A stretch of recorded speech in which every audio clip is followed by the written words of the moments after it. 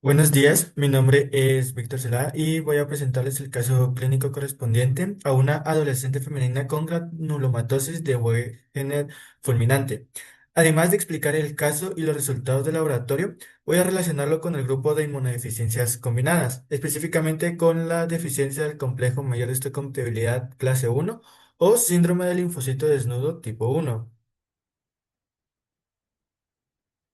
Empezamos con los datos del paciente. Se trata de una paciente femenina de 13 años, perteneciente a la etnia mixteca y procedente de Guerrero, México. Otros datos como la religión, estado civil, domicilio y ocupación no fueron reportados en el caso. La edad es importante porque estamos ante una paciente pediátrica y las inmunodeficiencias primarias pueden manifestarse entre edades tempranas, aunque algunas pueden diagnosticarse posteriormente dependiendo de la alteración inmunológica.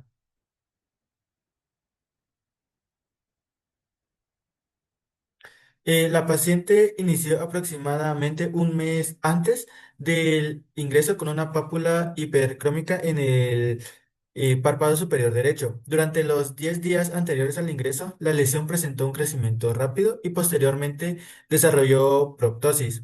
Inicialmente no presentaba fiebre, dolor, lagrimeo ni pérdida de peso. Sin embargo, al momento del ingreso ya presentaba una fiebre de 39 grados Celsius, proptosis derecha, exposición de córnea, conjuntiva, eritema preorbitario y disminución de la agudeza visual. El crecimiento rápido de una lesión orbitaria en una paciente pediátrica hizo necesario considerar inicialmente causas neoplásicas. Sus antecedentes. No se identificaron antecedentes personales relevantes relacionados con la enfermedad actual.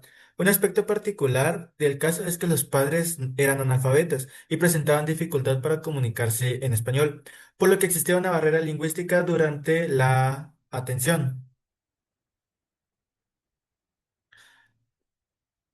En el examen físico destaca la palidez generalizada y principalmente la afectación ocular.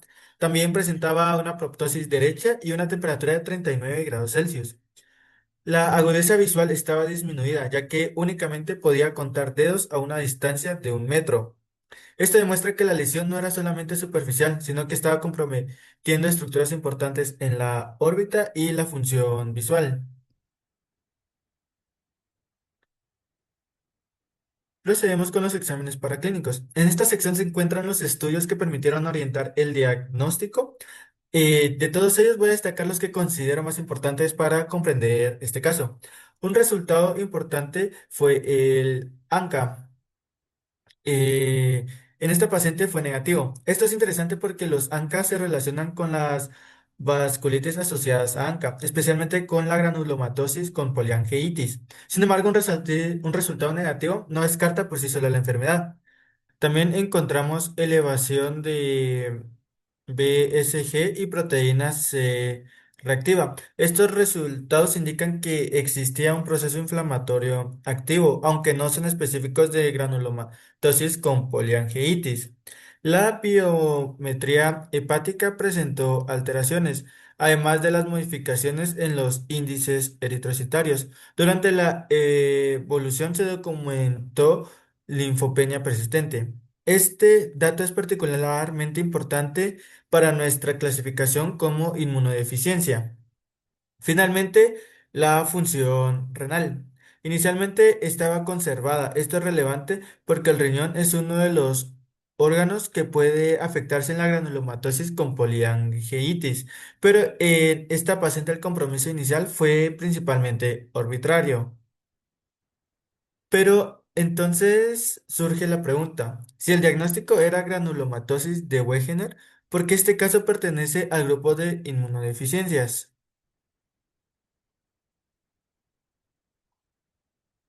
Inicialmente, la impresión clínica fue la de una lesión arbitraria de crecimiento rápido con sospecha de neoplasia, particularmente rabdomyosarcoma. Sin embargo, la biopsia cambió completamente la interpretación del caso al demostrar vasculitis granulomatosa necrosante.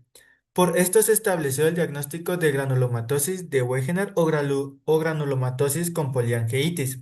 Sin embargo, el caso presentó características atípicas. La paciente tenía ANCA negativo, linfopenia persistente y posteriormente presentó progresión de la enfermedad a pesar de recibir un tratamiento inmunosupresor intenso.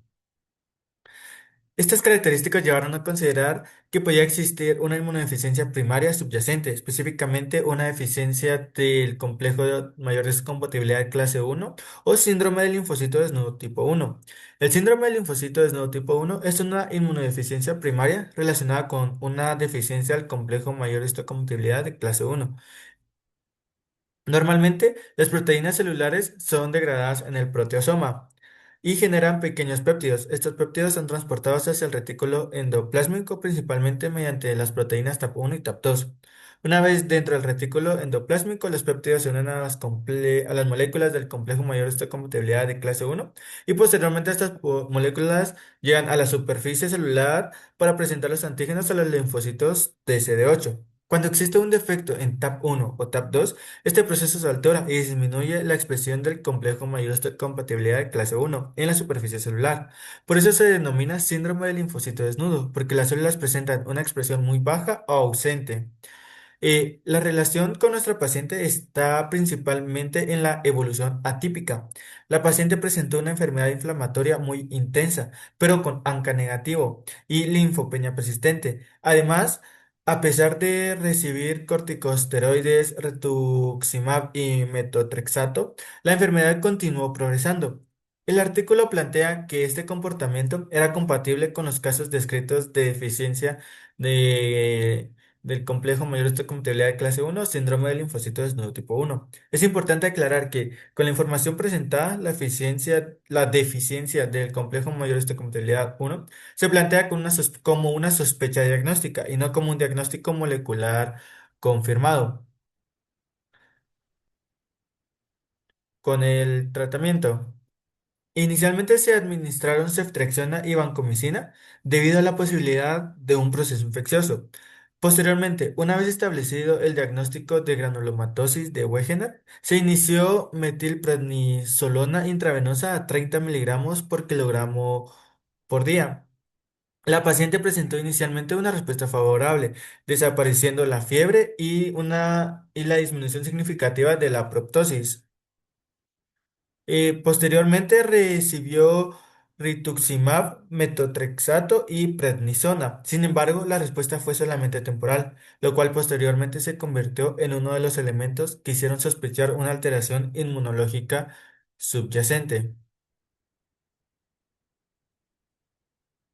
La evolución del paciente. Después del tratamiento inicial con corticosteroides, la paciente presentó una respuesta clínica favorable. Sin embargo, 10 días después de la tercera dosis de rituximab, regresó con fiebre, candidiasis oral, secreción ocular purulenta y recurrencia de la proptosis. Las imágenes mostraron progresión del compromiso arbitrario y extensión hacia los senos paranasales y la parótida. Posteriormente presentó deterioro neurológico súbito y estudios de imagen demostraron hemorragia intraventricular e intraparenquimatosa. Requirió intervención neuroquirúrgica.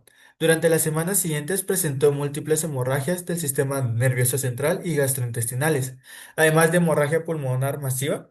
Y finalmente, pues la paciente desarrolló falla orgánica múltiple y lamentablemente falleció.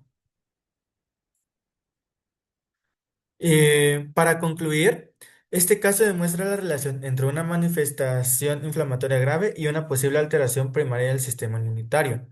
La paciente presentó inicialmente características compatibles con granulomatosis de Wegener, principalmente por la presencia de la vasculitis granulomatosa necrosante. Sin embargo, la negatividad del ANCA, la linfopenia persistente y la evolución progresiva y la falta de respuesta sostenida al tratamiento llevaron a considerar una posible deficiencia del complejo mayor de compatibilidad de clase 1, específicamente el síndrome del linfocito desnudo tipo 1. Por lo tanto, este caso demuestra que una alteración en la presencia antigénica puede estar relacionada con una respuesta inmunitaria normal y producir manifestaciones clínicas que inicialmente pueden confundirse con una enfermedad autoinmune primaria. Así, muchas gracias por su atención.